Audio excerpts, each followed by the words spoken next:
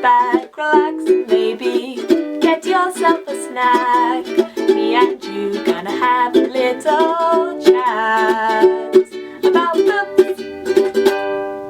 Hey y'all, I'm back to do another video. This one is for Dreams of a Dragon Girl, which was a fun story that I definitely enjoyed. It had a lot of things that I personally really enjoy, such as going on an adventure around the world, also dragons being sentient beings who can actually talk and have like feelings and emotions and can portray themselves as individual characters rather than just being a sort of prop for a dragon rider or anything like that. They are actually individuals, and I really enjoyed seeing them in this world. The concept of this world is that dragons did used to exist in the world, but they sort of died off many, many years ago. And so now they're kind of just myth, legend, that sort of thing. Most people, especially the people in the village that we are focused on, are very anti-dragon because the way the dragons died off was due to a plague, and a lot of humans believe that the plague came from the dragons, and it also killed quite a few humans. So no one wants dragons back except for our main character. And our main character is called Becca.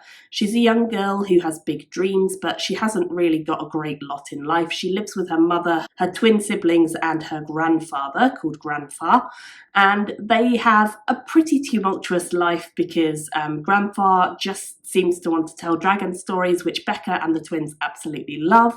However, he doesn't really seem to get on with her mother.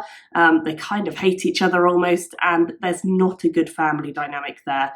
Becca is constantly looked down upon for listening to her grandpa, and he is constantly berated by her mother, and the two of them really just struggle to kind of make their way in a world that is very anti all things they love, which is dragons.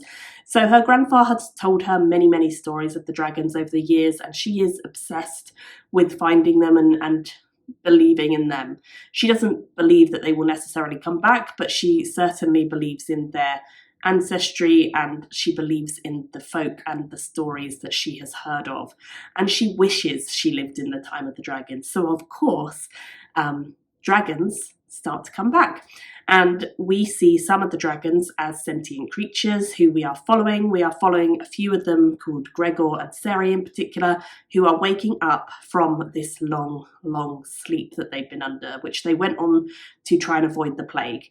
So we don't have an awful lot of information about the world when they wake up. They don't know anyone. They've been asleep for hundreds of years, but they are trying to uncover carefully what has gone on in the time they were sleeping, and has this dragon plague gone from the world, or are they still at risk? So they wake up and they sort of quickly realise that some of the magic of this world has changed, and they end up sort of on this adventure to find out what they need to do to survive in this new world which has magic and maybe a little bit of a different magic to what they originally knew. So the story, of course, does intertwine between Becca and the dragons. Becca is forced to go on an adventure, and along the way she meets the dragons. I won't say any more than that because I don't want to give it away, but I do think there is a lot of love here between the humans and the dragons, and there is also some conflict between humans and dragons that we see later on as well. I did personally enjoy this story, but I felt like it was a little bit surface level for me. I didn't feel like I was totally connected to the characters, either the dragons or the humans. And by the end, I just enjoyed it. It was just fun. It didn't leave a lasting impression with me, so I don't feel like it's something I'm going to kind of keep thinking about or want to return to necessarily. It was just an enjoyable read whilst I read it. But to me, it just didn't feel as fleshed out on the characterization as I would have liked.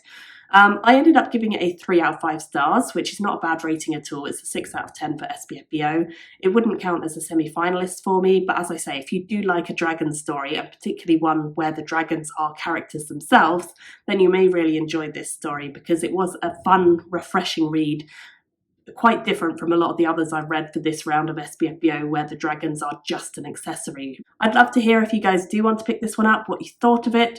Thank you so much for watching, and I'll see you in another SPFBO review very soon. Bye all! Thank you for watching my video today. Go pick up a book, then come back and chat with me again.